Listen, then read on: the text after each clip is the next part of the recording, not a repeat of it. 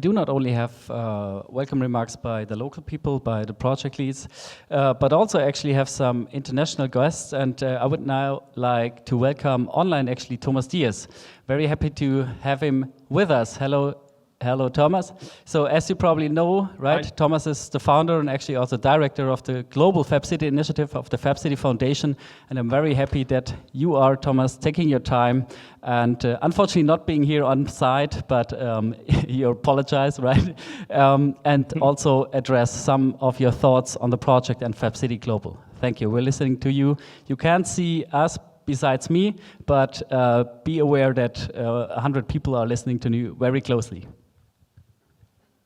Okay, fantastic. Just checking sound. Can I get your thumbs up? Yeah. Okay, fantastic. Thank you very much, Manuel. Thank you, Tobias, and the entire Fab City Hamburg team. It's an absolute pleasure to at least share with you remotely in the form of bits from the south of Bali in central Indonesia.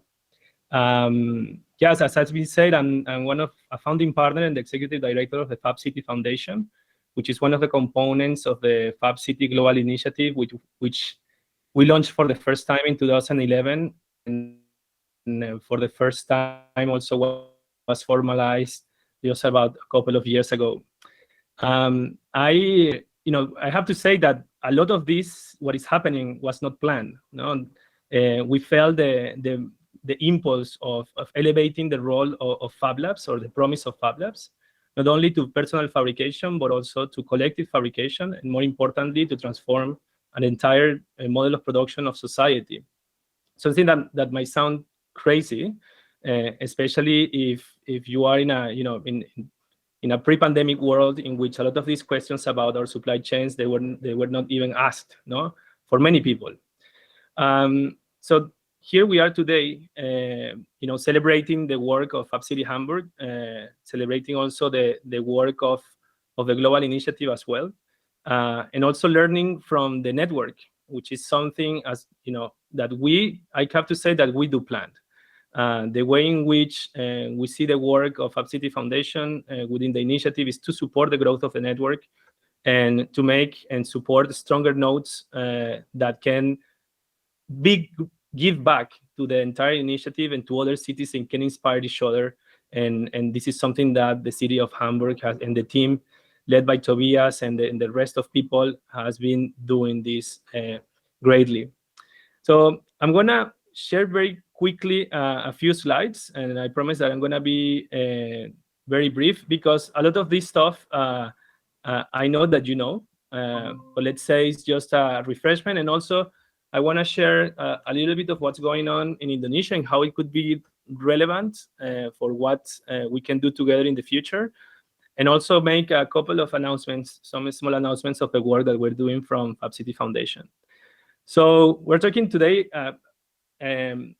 about the digital infrastructure, even though that you are able to see a lot of the physical component of that on site in Hamburg. But we know that the digital and the metaphor of the cloud is a little bit of a lie, and we know that this is highly connected with physical component in the digital. The development of the digital ecosystem that we're doing now is actually shaping entire physical territories, right? There's also power that is needed to run algorithms. We also have ethical implications, and I'm not going to talk about this when there is people in the room that knows a lot more about this. So what we think and we are convinced about is that, and I think that most of the people in the room as well, is that we need to reinvent our production and consumption model, considering that the digital is physical and the physical is also digital, no? And it has been said before, we really need to change our current paradigm in how we organize our supply chains and reduce the dependency of them, especially when they are associated with high cost in the environmental dimension and also the social dimension, but even in a more practical way, and even in a more selfish way. They're fragile. They can be unstable, and again, has been said before very clearly. I'm not going to repeat that. So what we want to do is to support and nurture the work that needs to be done, that cannot be done only by one single organization, but a massive collaboration, to bring back production to cities and bioregions, right? So we are following this vision or this goal, which is reducing the amount of kilometers that atoms have to travel around the world, and keep them as local as possible within local production ecosystems. No?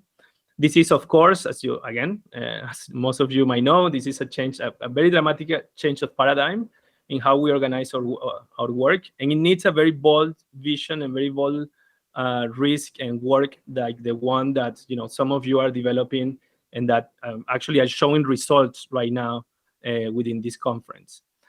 So this also been said before, but also accidentally, the Fab Lab network has been growing for the last 20 years or so. Fab Labs have the potential to help neighborhoods to be more productive, and also we can as we see the Fab Lab network, we can also see cities connecting in the same way, sharing at the global scale knowledge, and also developing local infrastructure for production. So we understand this kind of the complexity of this challenge can be so big, and can stay in the abstract level, and that's why we have been making a lot of efforts in the last few years to push the full stack framework.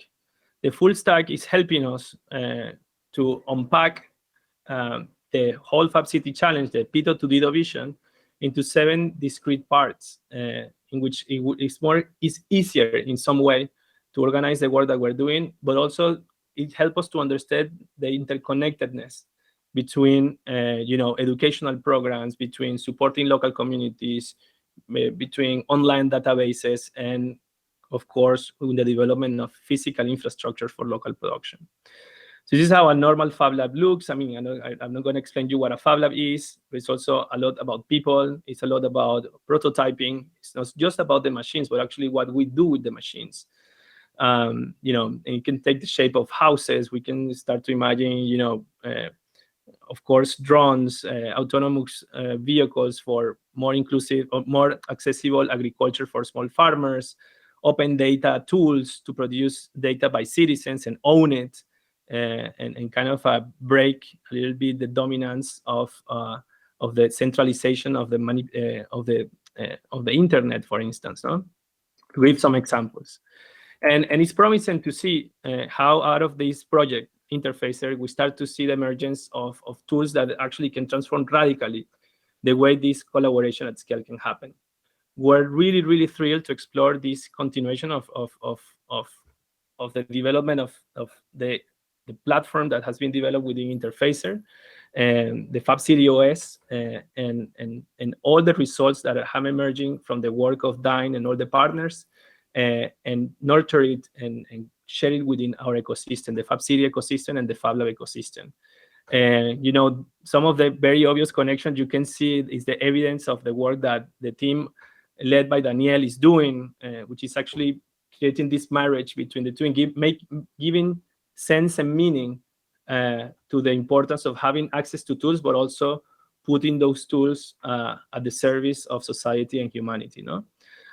We also are working with other other type of platforms that can help us also understand other complementary layers for local production that involve local industries. As we know, Fab Labs are not going to be micro factories, and this is how I see it. But we can really work on another layer which involves manufacturing infrastructure at scale. And the work that the platform MakeWorks from Fab Lab Barcelona is doing is quite interesting in order to map and document the local manufacturing infrastructure. So this can help us to imagine a complementary manufacturing capacity that cities and regions can have. And we can basically calibrate, in a way, where things are made. And also what happens when things reach to the end of their life, and how they're able to access to local infrastructure that kind of break with the paradigm of the 20th century. And this paradigm is something that I have come to the realization. If we look at some of the core technological development of the 20th century has been focused on the movement of atoms. No, is making faster boats, faster airplanes, more efficient cars, trucks, bigger containers, building the roads, the railways, the airports, the ports, to move things around the world, to take the maximum benefit of having access to a resource, exploit it, protect in a close way with intellectual property principles, and how that's going to be, commercially exploited and turned into something that can be sold somewhere else. And we're basically detaching all the process of how things are made from the consumption and the consumer at the end of the chain, right? So really what we envision is that the 21st century should be focused on developing the infrastructure, but under a new paradigm. And this paradigm is reducing the movement of atoms and reducing the dependency of supply chains that are not transparent and that depend, create extractive relationships. And also, basically, we are kind of creating a modern slavery in the way in which mines operate, in which manufacturing facilities operate at a global scale. So breaking with that is not an easy task. And again, I want to remark that this is a global effort. And I'm going to share you very quickly how we are trying to translate this in Indonesia. And this is very relevant because I can imagine that we can have a smaller prototypes of how this can operate at the global scale. And Indonesia is quite interesting because it's 17,000 islands, which are part of the same country. So this is kind of one country policy, but it's very diverse. It's more like 600 languages, and there are remote populations that have difficulties to have access to energy, to food, to materials. No, and of course it's one of the countries that is kind of a very fragile in terms of the influence of climate change. So in the context of Indonesia, we are partnering with some people. Actually, Ilham Habibi, which is in this photo, is born and raised in Hamburg. And some of you have met him. He's one of our local partners. It's with whom we're trying to imagine a new technological revolution in which is highly connected with what we're doing with the Fab City agenda, but it's prototype in an archipelago, which is really kind of a great opportunity to test these principles. No, some of you came to the event in Bali in October. I'm not going to put the video, but we were able to, again, totally unplanned.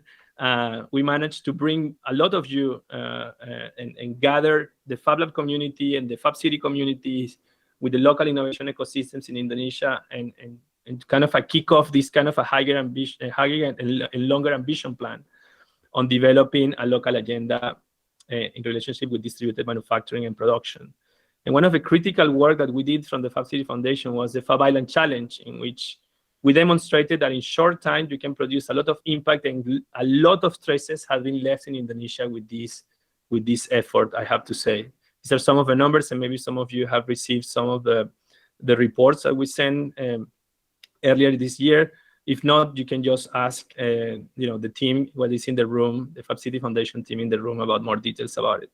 So we welcome Bali to become part of a Fab City network. We're establishing the newly Fab Lab Bali is going to be opening in the next few weeks, and it's going to allow us to turn Bali into a Fab Island with all the implications that it has, but not starting from scratch. Also recognizing that there is a huge and a very advanced maker culture and manufacturing culture at the local level, including both the craftsmanship and also new technologies used at different levels. So I'm going to skip this. This is what we're working here. I'm going to skip a little bit of this because some of the things that I think I can repeat before. So I'm sharing this because this is the future of making is not one single future of making, right? Like for everyone. I believe that there's futures of making, meaning that there is this diverse initiative, running such a diverse initiative has helped us to recognize that, far away, quote unquote, far from where.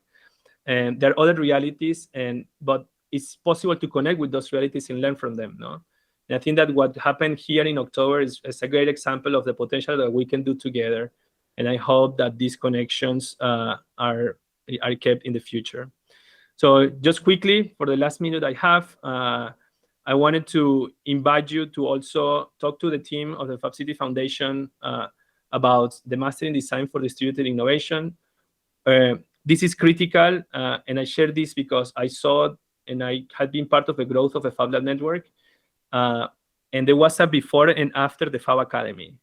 The Fab Academy really started to develop a sense of community, started to train the local Fab Lab champions, people like Daniel and others start to emerge from the Fab Academy. And that having a shared program is super important for the growth of a network. And we believe that not only the Master in Design for Distributed Innovation, but others can help that. And it's something we believe we need within the Fab City network, and happy to discuss this further. Another announcement I wanted to share with you is that in collaboration with the Bosch Foundation, and actually it's a German-based project, we launched the Digital Reset book, which you will see some of our colleagues that have been part of it, hopefully tomorrow around or online. And I think there is a lot to share in this team with what the Hamburg team is doing, and I'm happy to do those connections as well. And then finally, I can also share that we are working on the Fab Bhutan Challenge, and actually in the continuation of the Fab Island Challenge here in Indonesia. But the Fab Bhutan Challenge is going to happen in July, mid-July until the end of July. And this is part of a Fab conference and Fab City Summit that is going to happen in the Kingdom of Bhutan, one of the members of the Fab City Network. So with this, I hope that I went a little bit through all the things that I wanted to share with you. Of course, some of them are openers for further conversations. Please get in touch with our team locally. I wish I was there. I'm super jealous because I see you are all there, people I really admire, and I share a lot of thoughts and visions with. But yeah, thank you for allowing me to be in BITS, and have a great time there. Over to you, Hamburg.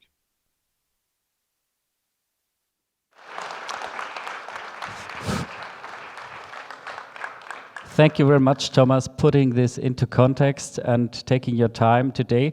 I think we'll hear from you tomorrow again. Might be a bit of a surprise then. But anyway, thank you very much. See you soon online and maybe, hopefully then in Bhutan. Bye.